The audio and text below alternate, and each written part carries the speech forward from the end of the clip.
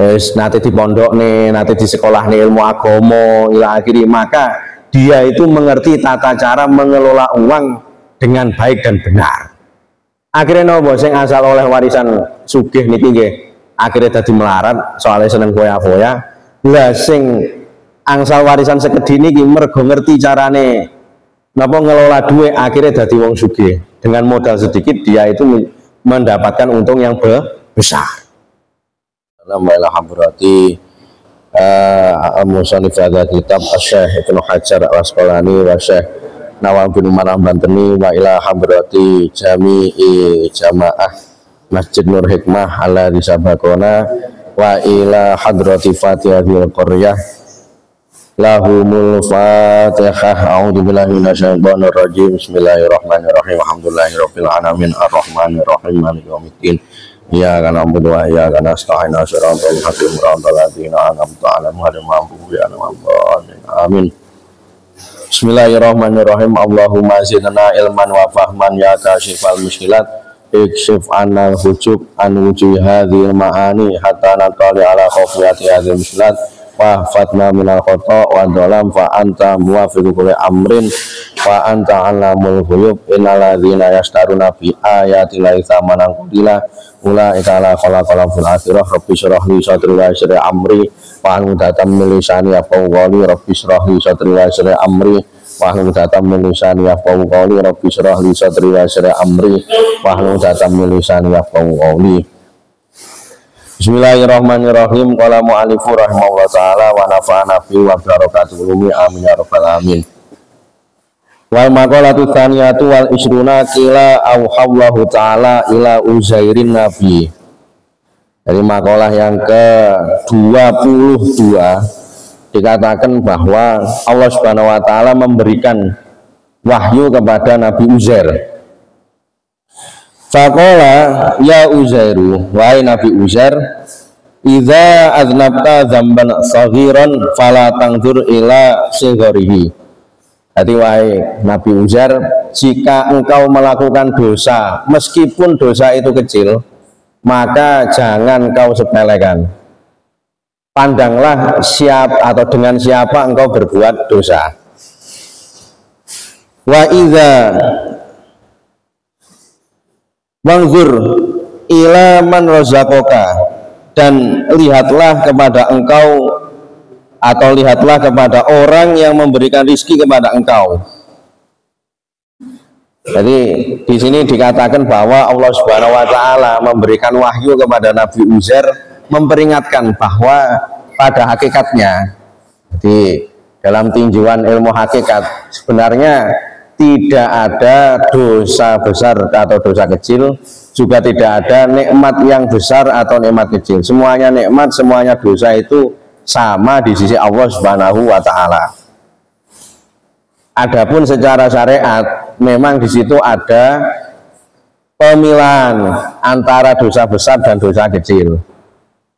Ada yang mengatakan bahwa dosa besar itu adalah dosa yang bahayanya ini sangat besar, sebagaimana pembunuhan, menghilangkan nyawa, atau mencuri, mengambil hak milik orang lain, atau juga berzina. Berzina itu mengacaukan nasab.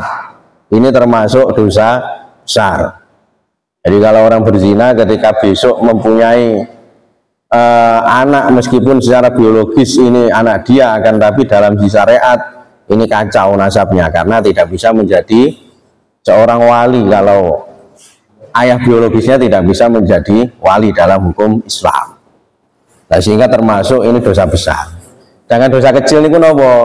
Nggih kaya ngrasani kados napa jenenge istilahnya mengambil satu puluhan makanan tanpa izin atau tidak mendapatkan izin, mengambil atau memakai barang milik orang lain tanpa seizin dan dikembalikan lagi. Nah, ini termasuk dosa kecil. Tapi meskipun semacam itu di sisi Allah ini, orang yang sudah berbuat dosa itu dianggap orang yang di situ menyalahgunakan nikmat yang diberikan oleh Allah Subhanahu wa taala. Karena apa, Pak? nikmat yang diberikan oleh Allah meskipun kecil niki butuh andil banyak orang di dalam mewujudkannya, sehingga dari sisi ini dianggap bahwa nikmat niku semuanya besar di sisi Allah.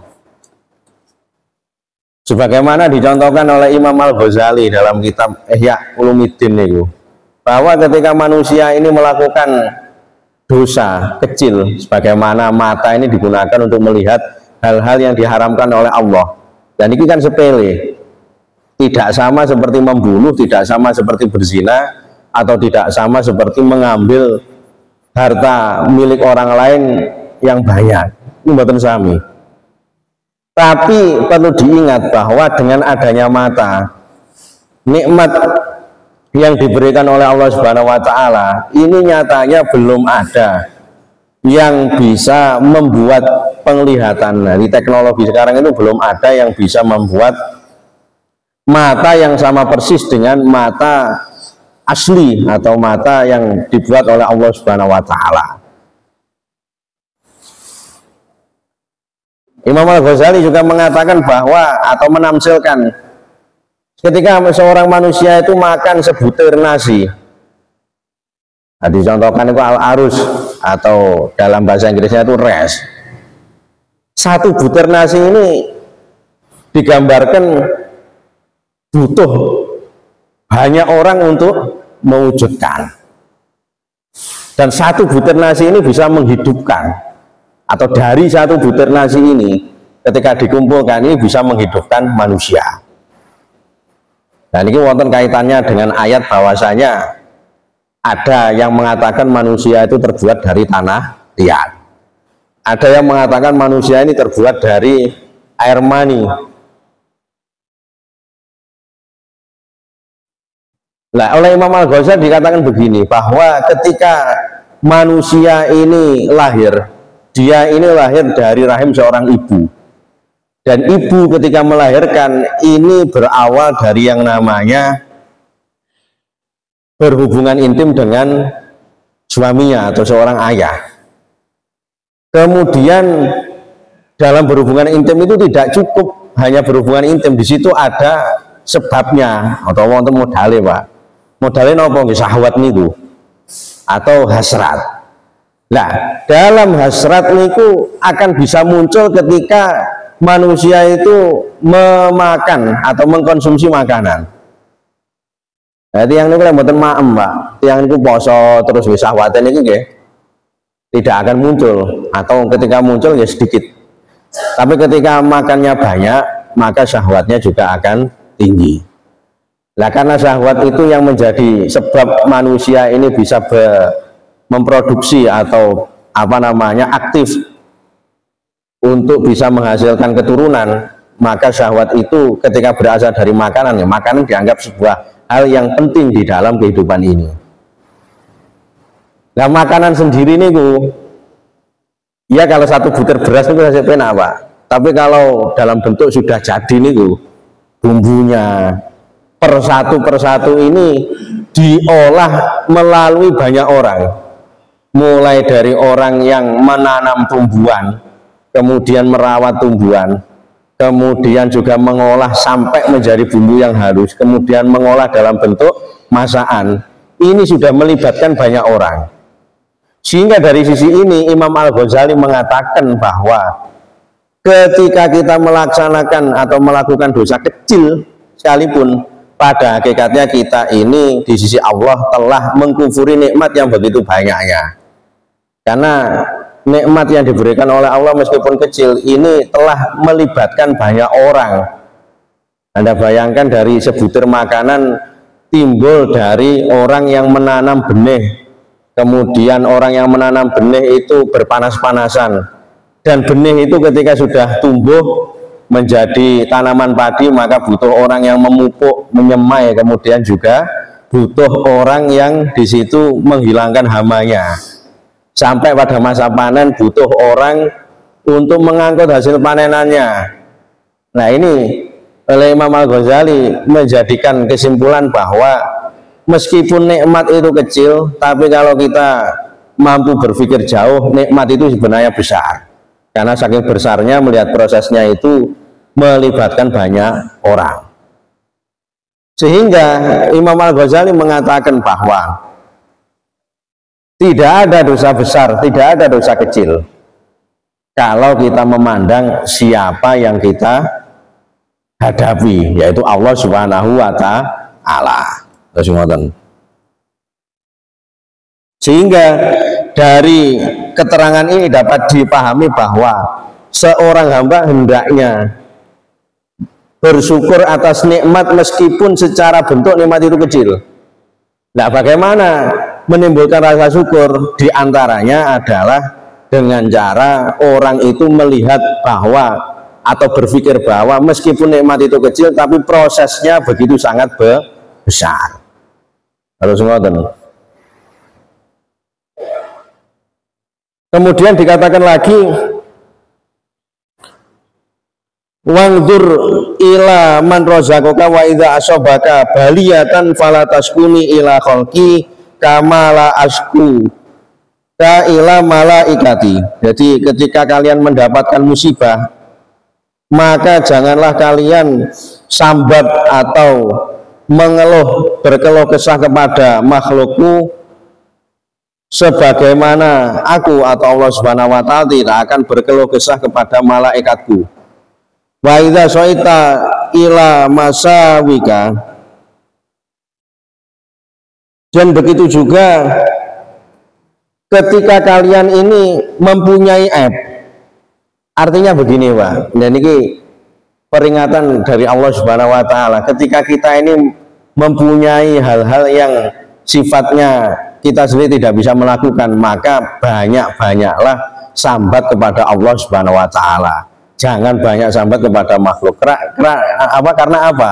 Karena makhluk itu sama seperti kita, jadi sama-sama diciptakan. Terus mata kita yang sambat itu napa, Pak? Aslinya kepingin napa jenenge menakne atine mawon, ketika hal yang di situ mengganjal di hatinya itu diungkapkan, maka orang tersebut itu akan marem, istilahnya napa nggih? Istilahnya puas. Nah, itu yang kita hindari, bahwa yang benar niku ketika kita mempunyai permasalahan, bolehlah kita ini mengadukan kepada orang lain sekedar kebutuhan kita, dan itu pun ada maksud bahwa orang yang kita mintai bantuan itu memang bisa mempunyai andil. Tapi kalau tidak mempunyai andil, hanya digunakan untuk mendengar ungkapan kita, ya mending kita arahkan sambat kita itu kepada Allah Subhanahu wa Ta'ala. Lan wonten tiyang niku sian ngarani ngeten, bahwa ada orang niku sumpek. Saking sumpeknya niku akhirnya pas wae salat mboten saged khusyuk. Wis sing diarani salat niku pokoke dekne salat niku mesti kelingan terus napa sing disumpeki.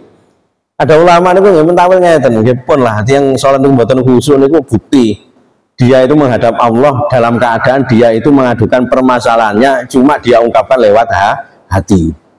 Dan ini masih lebih mending daripada orang yang disitu ngerepoti sesama dalam bentuk senengane sambat kepada makhluk, padahal sing disambatin itu sami mawon, sama-sama mempunyai permasalahan.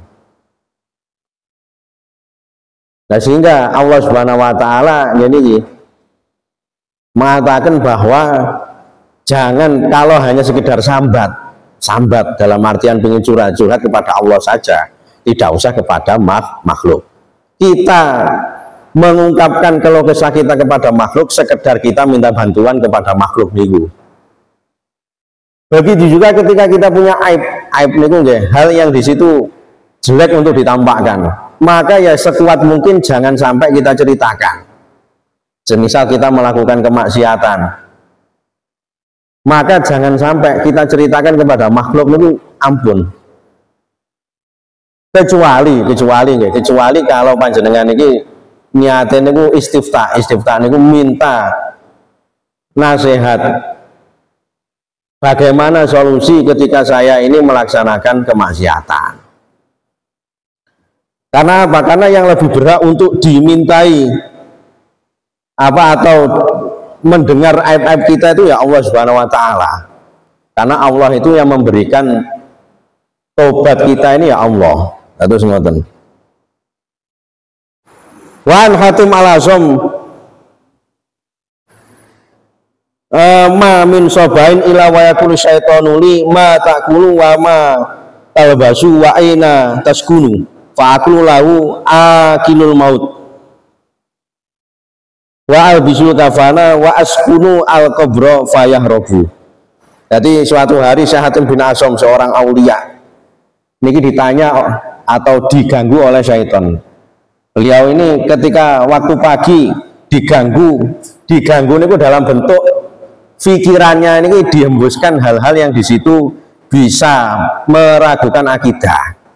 Jadi syaitan itu Pak, yang paling medeni lagi syaitan itu bukan ketika kita ini berjalan di tempat sepi kemudian ada syaitan itu membo-membo terus tiang sing medeni itu mboten.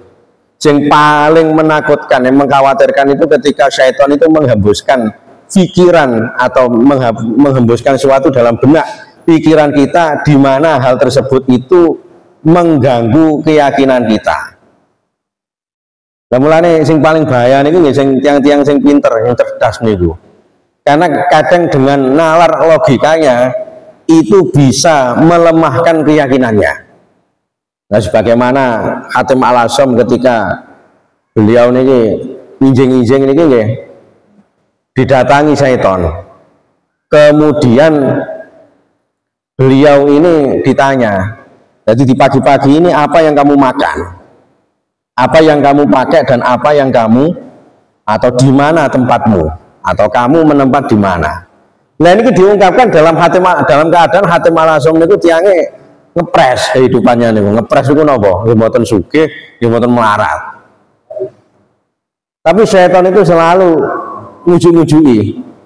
Jadi isu wis gak usah ibadah, teman-teman lah, yang penting awakmu mungkin dan kerja, soalnya apa, dan golek duit. Sehingga ketika mindsetnya sudah semacam ini, manusia tidak mau beribadah, sehingga dia yang berada dalam benak pikirannya niku nggih sepenting kerja golek duit. Akhirnya nopo, ketika tiba masa jenuh maka dia itu akan stres. Nah ini tujuan syaitan itu nggih niki, yang paling medeni niki. Nah akhirnya oleh Hatim Al-Azam bisa begini, ya sudah, yo mangan yo karek mangan, kabeh iki bakal ngenteni mati. Nah ini kalau mindset semacam ini harus dihembuskan Pak. Karena apa? Kalau kita mau berpikir sebagaimana dikatakan oleh Imam Ghazali, manusia itu dengan kemampuan akalnya kok dia itu masih membingungkan apa yang dia makan, padahal jelas oleh Allah dijamin rizkinya. Buktinya apa? Buktinya hewan yang di situ tidak punya akal. Kayak panjenengan itu ningali petik nopo bebek niku nggih. Enggak punya akal niku mawon tasik saged maem. Teng Sabin biasanya niku kan kata pitik niku ngleles nopo bekase padi yang dipanen niku, bebek juga sama. Kata sing leles atau mengambil sisa-sisa makanan niku mawon tasik urip. Nah, problemane asline nopo? Masalahnya lek kewan niku bar mangan nggih pun dene nggih pun ngalih. Tapi lek menungso niku bar mangan wareg niki tasik pingin sing lebih. Nah sehingga niku yang menjadikan manusia niku nggih sumpek karepe dhewe. Artinya ini yo yang dikatakan oleh Hatim bin Azam tadi, bahwa manusia niku kadang risau dengan apa yang dia miliki. Cara dia niku diwe rezeki yang sudah cukup, dia mindsetnya kadang ya semoga saja rezeki saya itu bisa cukup sampai 7 turunan. Dan ini kan pemikiran yang di situ merisaukan. Padahal besok saja belum tentu hidup. Nah oleh karenanya Hatim Al-Azam sekali lagi ketika beliau niki digoda oleh syaitan, nah digoda dalam sisi nopo pemikiran, apa yang kamu makan di pagi ini ya sudah, wis pokoknya mangan, kabeh niku bakal mati. Wal basul kafna, ketika ditanya oleh syaitan apa yang kamu pakai, ya sudah yo digawe niku sing penting nutupi aurat. Suatu saat sama nanti ketika orang mati itu akan memakai kain kafan. Orang Islam bosak sugi-sugi niku harta tidak akan dibawa mati. Justru kadang harta itu menjadi fitnah ketika dijadikan rebutan oleh anaknya, maka si pemilik harta yang sudah mati itu karena kadang mendapat dampaknya di akhirat itu menjadi orang yang susah sebab kelakuan anak-anaknya. Loh, dari sisi niki Pak, dari sini niki mending tiang niku mempunyai harta sedengan mawon. Sing penting anaknya niki dados anak engkang soleh sehingga dia itu bisa hidup itu dengan tuntunan syariat. Sebagaimana diceritakan dulu di zaman Khalifah Umayyah atau dinasti Umayyah, ada seorang raja itu mempunyai 2 orang anak. Satunya anak itu hasil dari pemaisuri, hubungan dari pemaisuri.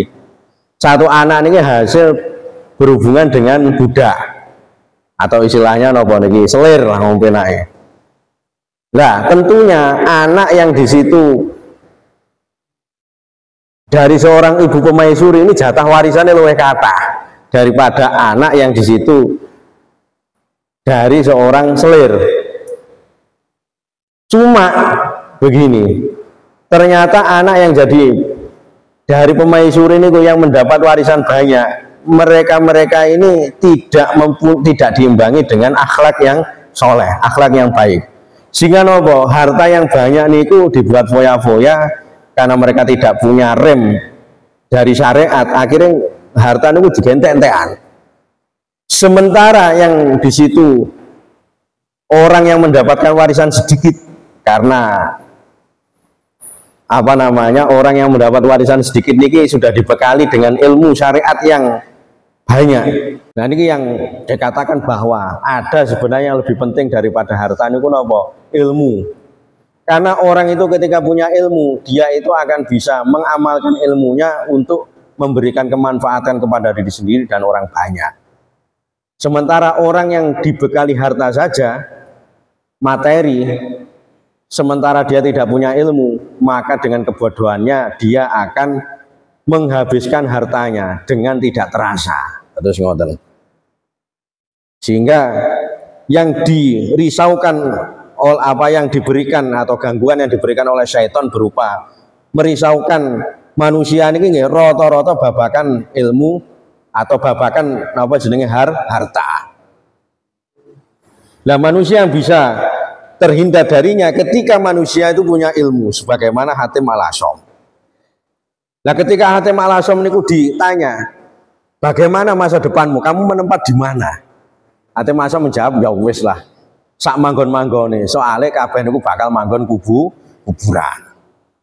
Artinya niki adalah mindset yang menyadarkan kita, semoga saja ketika kita ini dalam keadaan kekurangan, kita niki saged sadar bahwasanya segala sesuatu itu milik Allah Subhanahu wa taala dan semuanya itu hanya titipan saja. Pada akhirnya ketika mati, orang niku nggih sama nasibnya. Yang sugih, yang omahnya niku moblong-moblong, ya maka ketika mati itu akan masuk kuburan yang ukurannya sama, yaitu 2 kali 2 meter, sama dengan orang melarat. Sing teng napa jenenge donyane niki sugih duwe kelambi sampai dirangkap-rangkap digantos-gantos sing saged, ketika mati juga akan sama dengan orang melarat, yaitu sama-sama memakai kain kafan.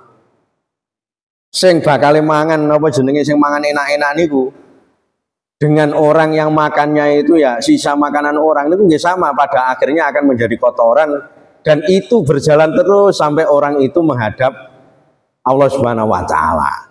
Terus ngoten. Wallahu muwaffiq ila aqwamit thoriq. Assalamualaikum warahmatullahi wabarakatuh.